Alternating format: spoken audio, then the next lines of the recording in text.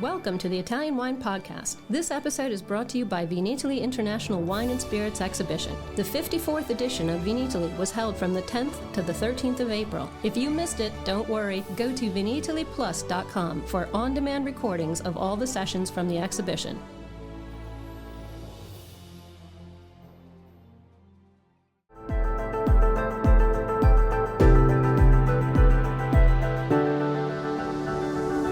Welcome to the Italian Wine Podcast. I'm Cynthia Chaplin, and this is Voices. Every Wednesday, I will be sharing conversations with international wine industry professionals, discussing issues in diversity, equity, and inclusion through their personal experiences working in the field of wine. If you enjoy the show, please subscribe and rate our show wherever you get your pods. Hello, everybody, and welcome to Voices. I'm delighted to welcome Amanda Thomson today. She's the CEO and founder of Thomson & Scott and the creator of Noughty, which bills itself as the world's best alcohol-free sparkling Chardonnay and Rosé. So I'm very excited about this today, Amanda. Let's talk about this. It's the first alcohol-free drink on the Italian Wine Podcast. So I'm excited to have this conversation. It's a proper honor. Thank you. No, great pleasure. You are in London, and your career did not start in the wine sector, did it? How did you get into wine? Well, I was in the arts space, so I was a BBC broadcaster actually. So I guess speaking for a living, like you are now on this podcast, and I used to report on anything art space, so film, fashion, music, art. It was a really incredibly fun job, pretty long hours. And back in the day, we used to work hard, play hard. This is before social media, as I tell my kids. Oh, yes, I remember those days fondly. We could actually party, right? When no one was looking.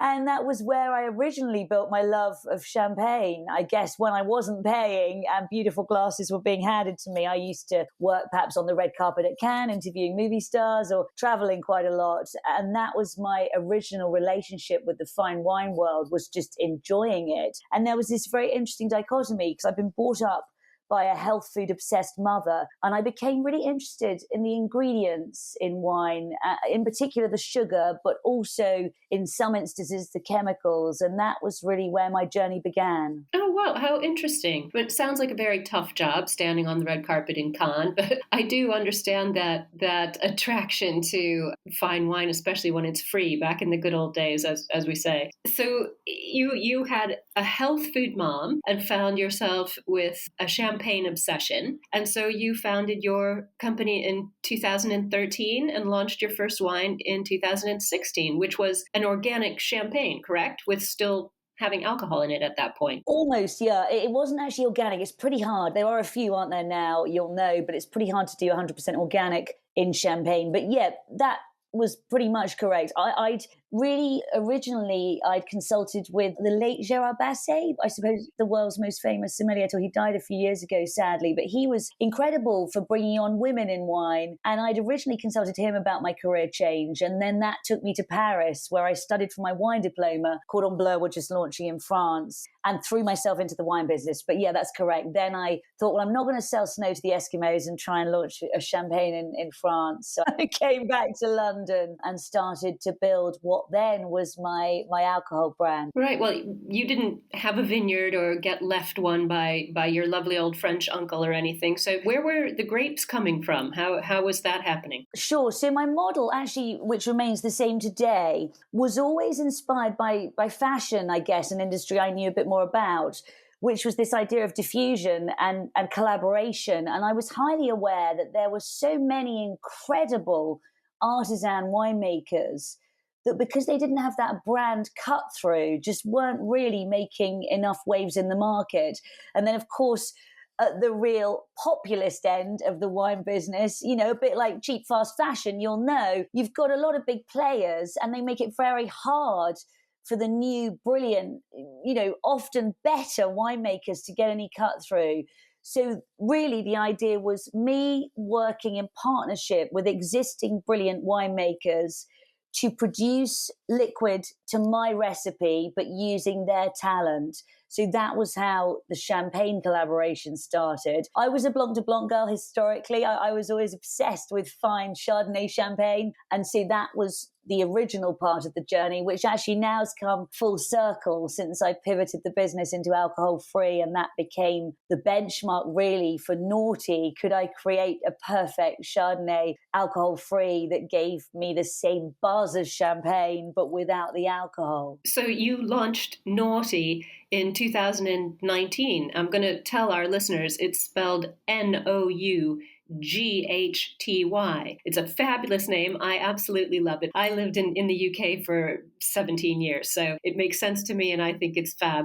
But I'm going to ask you to explain to our audience how you came up with this name, because not everyone will get the reference. No, and I love that. And our American friends, it's very popular. I'm delighted in the US. And of course, naught, meaning zero, we use it very commonly in Britain, isn't the terminology in the US, for example. So that was an interesting sort of translation. So that was really how it came about. I wanted it to be a play on fun, because for me, having incredible wine and fun, I think really should be together. But I feel often in an industry I love, the wine business, they're often quite far apart. We all have to be very serious and stuffy about fine wine. And then the fun is somehow cornered somewhere else, really almost at the lower ends of the business. And I believe another conversation for another time, but that's partly why young people have been lost from the industry, in terms of, the demographic and why they're finding cocktails and spirits more often now. But I think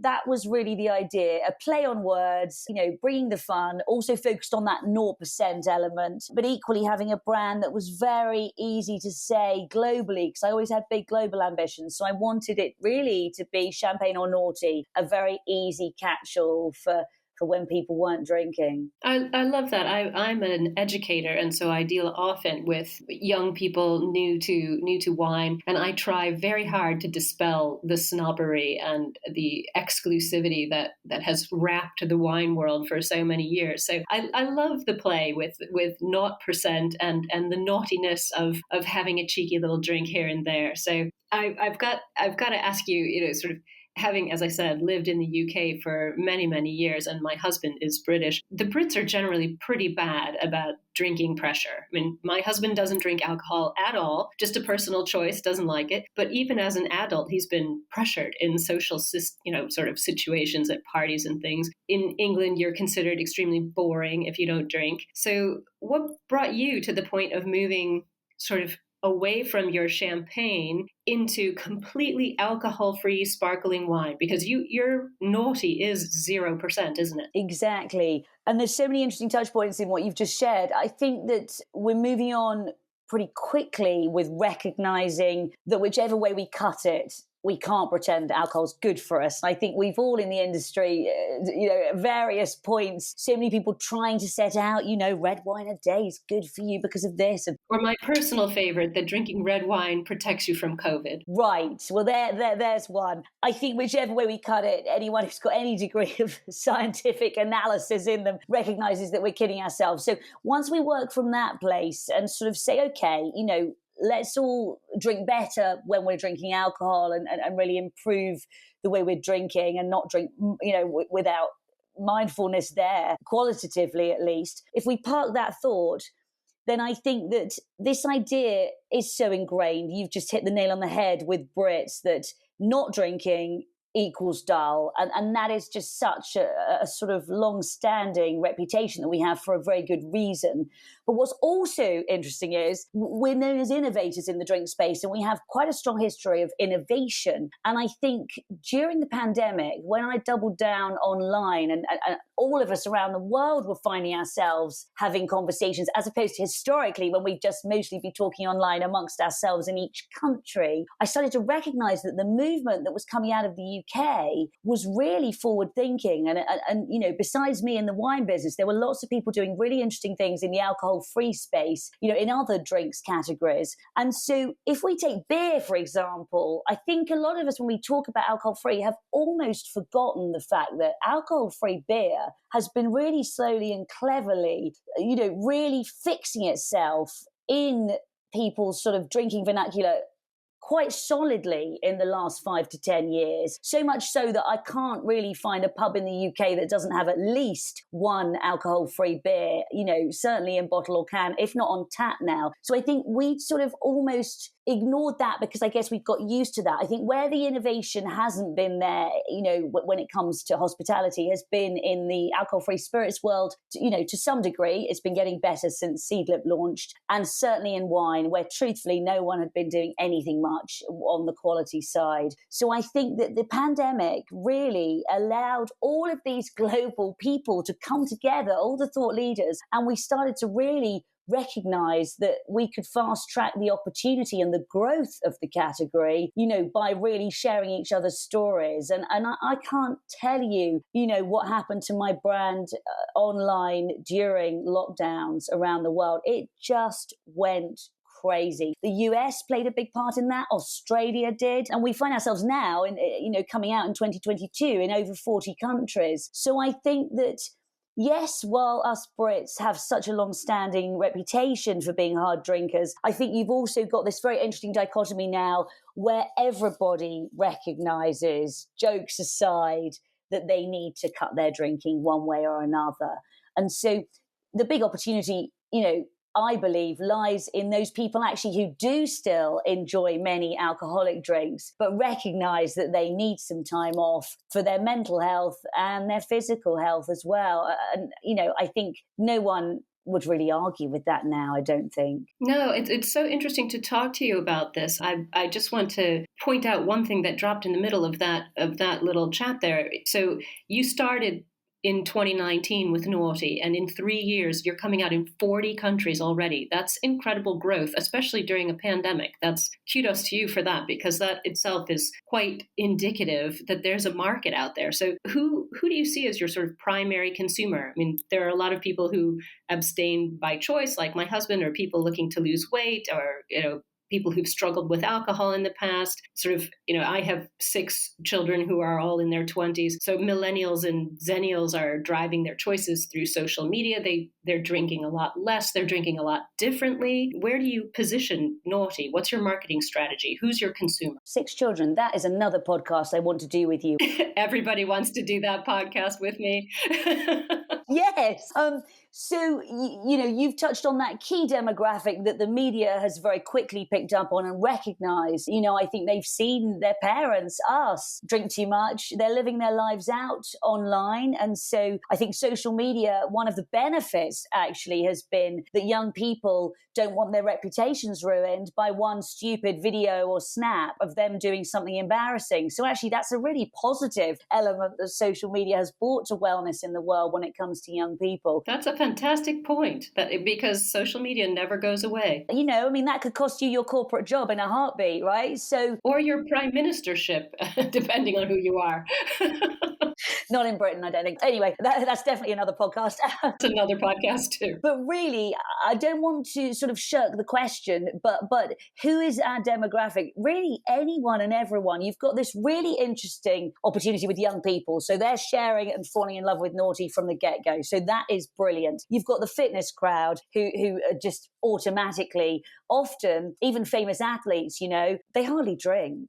It's really interesting that the sports world historically has been tied, very acutely with champagne, with celebration. Of course, you talk to athletes and sports people and they hardly ever drink. So I think there's a huge opportunity within the sporting and fitness world that we're just starting to scratch the surface on. Religious people who don't drink for religious reasons. It was important to us to try to get our halal certification so that anyone who really was making that choice that they felt comfortable with zero alcohol could really trust Noughty. We're big with the vegan crowd because we are openly telling them that there's no dairy products or animal products used in the filtration of wine. As a wine specialist, you'll know many wines are vegan friendly, but going back to the history of wine, we've just not been very good at communicating that fact. So we've been very open with Noughty to really try and be as honest as we can about what's going into the bottle. I think voting with their feet as well. Young consumers, they want to build a relationship with a brand that they can trust. And so, we've worked very hard on being an open, sustainable brand. I think we're going to get into that a little bit more later. But what I've loved about Noughty is the fact that I am constantly surprised by the people who find and fall in love with it. So that goes back to, I suppose, the statistics which say that you've got the sober community, you've got all those people who aren't drinking anyway, who luckily have fallen in love with Noughty. But the really big opportunity is those of us who are drinking anyway and just want to switch it up a bit and want something equally delicious. And I think historically we've not been catering for that in the wine world. No, I think that's just, a really legitimate point, something that's delicious and still festive and celebratory. But I want to go back just one step, because you mentioned that Noughty is certified halal. Again, we will have some listeners who don't know what that is, but it is a requirement for Muslims. And so you're actually taking a non-alcoholic beverage that is still festive and fancy and tastes delicious. And you are including a group of people who really haven't been included in wine conversations at all. So, this idea to have the wine certified halal has opened the door to sort of the bubbly party for the Muslim community. I mean, was that a specific decision, or was that something that you were looking at in terms of going with the vegan and the organic? It just made sense. It made sense, and it was a specific decision. We recognized that there was a huge opportunity there to cater for Muslim people who aren't drinking for religious reasons, and I was fascinated globally by the amount of people that, as you say, just weren't catered for. That equal seat at the table, where you can have something equally delicious and not feel less than. And I think for so long, non-beer drinkers, because they have been quite well catered for, certainly in the UK with alcohol-free beer, in the US, but non-beer drinkers have really just had either a Coca-Cola or an orange juice or water offered to them, which really does not give you that inclusive, equal seat at the table. And then we were delighted when we spotted Noughty in the Middle East at a Formula One event, because, of course, there are certain countries where alcohol is not really supposed to legally even be there. So that really offered that beautiful opportunity to give something to that community. Where were you when you saw Noughty? So I think that was in, I want to say, Abu Dhabi. Okay. And we actually had a... Wow, that's so great. Yeah, we had a snap. And I mean, it was really rather wonderful. There was a snap of Lewis Hamilton walking and there was Noughty behind. And I was like, yes, that is what I'm talking about. You couldn't have planned it better. That's fantastic. I want to touch on what you just brought up too a minute ago. One of my favorite things about Noughty is that you list all of its ingredients on the packaging, and all the packaging is 100% recyclable. I mean, let's talk about this for a minute, because it's just not that easy to achieve in the wine sector at all. So what's the philosophy that prompted listing the ingredients? I'm sure stemmed from your mum, possibly. But the packaging, what materials are you using, and how is that affecting your cost? Because oftentimes, particularly in wine, recyclable material is much more costly than the stuff that can't be recycled. It's so true. Well, let's talk about ingredients first. Yeah, so from the get-go, part of my original reason for starting the business, first in champagne and then in alcohol-free, was to be really honest with you, shock. I mean, this is still true in 2022, although legislation is looking to tighten up, which I know is scaring lots of wineries who don't put things they want to share into their bottles. I couldn't believe that wine was a legal consumable that didn't have to list its ingredients. I mean, it's kind of crazy when you think about where we are in the world on analysing everything else. If you think about a drug, a legal prescription drug, every single micro element has to be listed on that package. So that did shock me. And of course, the interesting point about that is wineries that do operate in a beautiful, sustainable, what I would historically, I suppose, in our industry call artisan way, are used to really making a very pure liquid. In a weird way, going back to how wine was originally made, you'll well know. But of course, with the commercialization of wine, the driving down of prices, sugar and chemicals hide a multitude of sins on the palate. And so that's where we are. So that was really what I wanted to do was, shine a light, not so much on bad practice, but really push forward good practice and focus on really what wine should be. And that led me to do a lot of thought leadership work around my obsession with transparency of labeling. And interestingly, I guess being an ex-journalist, you've always got one eye on, I'm obsessed with zeitgeist and where we're going in the future. And I know there's quite a lot of shock in the industry right now with what's happening in different countries around legislation. But I think there won't be anything to hide, certainly in the next decade. And I think that is going to be quite a shock for consumers when they start to recognize what they've been consuming exactly as it is in the world of processed food. So that was very important to me. We're still always innovating in that space because sometimes, ironically, you're not allowed to list ingredients. So there's this slightly complicated dichotomy where you want to be transparent and you're not always able to be because of different countries' legislation,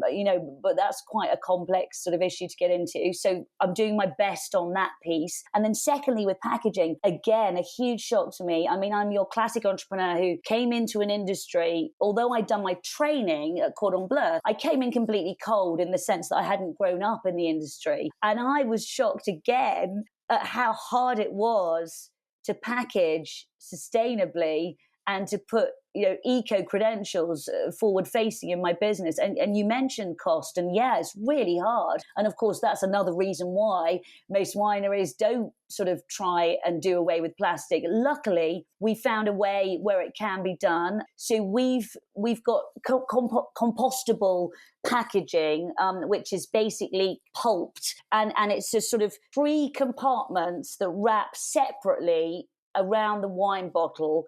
And you can pretty much throw it around within reason, which, of course, we all know in the wine business, boxes do, unfortunately, if you're doing direct to consumer, literally get thrown around sometimes and dropped, which is, the central issue with glass, obviously. Unfortunate, but true, yes. Yeah, and so that's how we've got around the problem. But it's a constant work in innovation, and our work there is never done. And obviously bottles aren't ideal, so that's another reason to start to try and see what can be done there. But we're not perfect, but right from the get-go we started out wanting to do our best and to constantly try and do better. Well, let's get down to actually talking about this drink now. How exactly do you make 0 alcohol wine? Are you legally allowed to call it wine?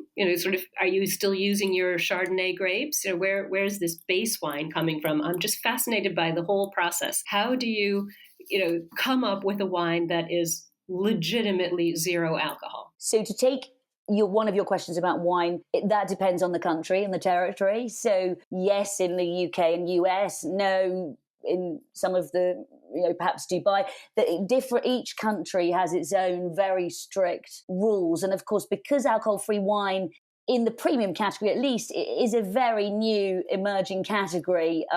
Each country, again, is analysing and wondering and reshaping its rules. So there's quite a lot of change going on very quickly in different territories around alcohol-free wine. So the legislation is constantly being shaped. And that's why I've just joined an alcohol-free not-for-profit board in the US called Amber, where we're really there to try and shape the industry, and we're then opening different chapters around the world because I think there's so much to be done when it comes to the educative sort of factors there.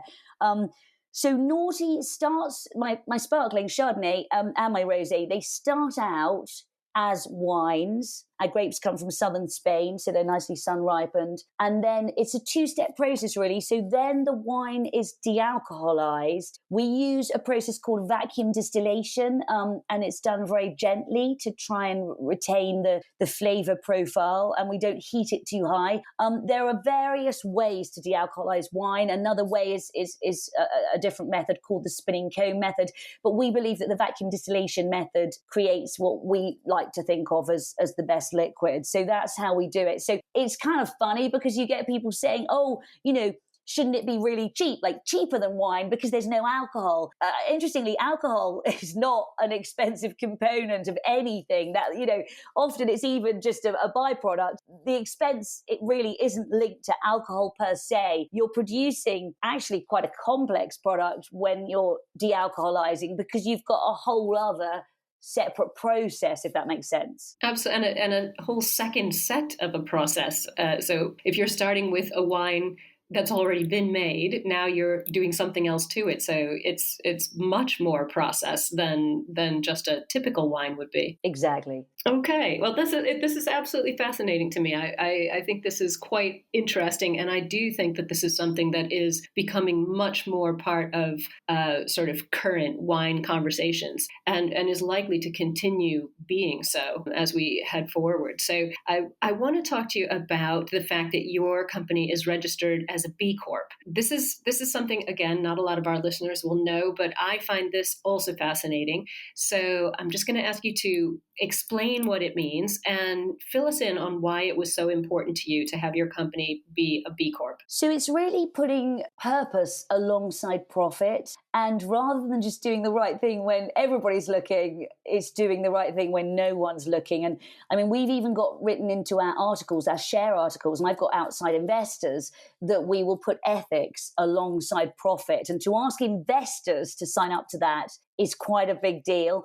Now, I believe the way the modern business world is going, this is more important than ever. And luckily, corporates are desperate to catch up on this one. But the B Corp organization started in the US. And as far as I'm aware, Patagonia was a brand that was instrumental in really publicizing it. And they've just done a recent campaign encouraging you not to buy any of their clothes, but to repair and reuse. So it's this idea of putting climate really at the heart of your business and ethics, which, of course, I guess 10, 20 years ago would have just been laughed out of town. But it's really fascinating to see how the money markets are now wanting to invest in B Corp business, because I think whichever way you look at it, even if you don't buy into, caring about the climate and caring about ethics, because everybody now knows that these are the businesses of the future, you've got to put your money where your mouth is. So I think we're at a really fascinating time when it comes to the way we view businesses. And I didn't just want to jump on that bandwagon for commercial reasons. I wanted to really get our certification as soon as I could when I launched, because it's a bit like putting your flag in the sand, like my thought leadership on label transparency. I wanted to really stand for something as a business. And I wanted my consumers to trust that not only I, as the founder, but also the team and the brand really stood for something. And it's just been a delight to watch modern consumers and recognize that my hunch that really mattered to them is really now coming to fruition. Because, when you analyze shoppers now, they all vote with, just so their ethics really play such a big part in brands that they're supporting. And we all know there's been horrendous brand stories where, you can literally, your share price will plummet overnight in public companies if you're not doing the right thing. So I think that's really why we became obsessed with getting our B Corp certification. Absolutely. I think, again, getting back to young people as well, and I always use my own family as my case study in these sorts of things. Young consumers are really voting with their wallets. Absolutely. I won't name names, but there is a current big corporation, and all of my children refused to buy any of their Christmas gifts from them because of bad ethical practices. So younger consumers, I think, really do have their eye on this, and they are taking corporations to task. So I love the B Corp philosophy, and I'm really glad to have the chance to get you to put the message out there. It's great because Noughty is clearly a big success, and you were voted one of Business Insider Australia's coolest people in food and drink in 2019, along with George Clooney and Anthony Bourdain. So that's really nice company to be in. And Jancis Robinson endorsed Noughty with her review, and she called it, and I'm going to quote, "Hands down, the best alcohol-free sparkling wine I have ever tasted, and one of the best alcohol-free wines I've tasted overall." That is an amazing compliment coming from Jancis. So what's next for Noughty? Well, we've got a portfolio of still wines coming out. Now, a still red has eluded the wine world, at least anything that tasted vaguely like red wine. Absolutely true. So I've been hard at work on that. And then we've got a white and a rosé. So then the portfolio is complete. We want to really work with all airlines. We've just started working recently with British Airways in their lounges in London, and Virgin Atlantic on their long-haul flights being poured in the air. So really, wherever there is fine wine, I think there should be Noughty alongside it. And of course, we've started that globally with champagne. So that's the call I want really to be ringing out across the world, which is champagne or Noughty. And then we're going to bring out those wines that can sit alongside their alcoholic counterparts so that everybody gets that equal seat at the table. Such an interesting idea about airlines. I mean, we've all heard the horrific stories over the past couple of years of alcohol abuse on planes that turns into violence and attacks on crew staff. So that's a fascinating idea of getting non-alcoholic wines onto planes. It hadn't occurred to me, and obviously, quite the perfect place to put them. So I hope that goes well for you. I'm going to ask you my famous final question before I let you go. When you are having an alcoholic wine on the off day, what's your favorite Italian wine? So one of my favorite places in the world is Locanda Alcoli in Tuscany. I always get nervous saying it. Nice choice. Nice choice. I get nervous saying it because you can never, ever get a room there anyway. So I shouldn't really publicize it. My wonderful friend Riccardo runs it. And I was calling him actually just when I was doing the research for this podcast, because I had some photos of these wonderful Italian wines that I tasted there with him, my favorites. And I wanted to recap and try and get the names right. So you're going to have to excuse my pronunciation. So a white Monte Pepe. Oh, right. Yes. Okay. Yes. Mm-hmm. And a red, I had a beautiful red Sangiovese, which was Animoso. Oh, wonderful. Okay. And I don't know if this is a cliche to admit. When I was doing my wine training, I did the Grand tasting in Paris, and I was helping with all the fancy sort of bottles being opened. And I do have a very soft spot in my heart, not when I'm paying, obviously, for lovely Sassicaia. The Super Tuscans, when someone's treating me, I'm always in. Oh my goodness, aren't we all? Well, excellent choices. And I can't thank you enough for coming on, Amanda, and sort of opening the door to all our listeners for what is really obviously going to be a high quality, fine wine in the non-alcoholic realm. I'm going to encourage everyone to jump on your website. The packaging is elegant, clean, very high end looking, and all indicators are pointing to Noughty as being a huge success, sort of smashing that barrier for people who don't want to have an alcoholic beverage, but still want to be part of the wine world. And as you said, have a seat at the wine table. So thank you for opening the door to include that segment of our community. And I wish you lots of success in the future. That's so kind. And our website, just to recap, is naughtyaf.com. And that's naughty with a zero, with an O rather, but to stand for zero. Thanks, Amanda. Thank you. Thanks for listening to this episode of the Italian Wine Podcast, brought to you by Vinitaly International Wine and Spirits Exhibition, the biggest drinks trade fair in the world. Remember to subscribe to Italian Wine Podcast and catch us on SoundCloud, Spotify, and wherever you get your pods. You can also find us at ItalianWinePodcast.com.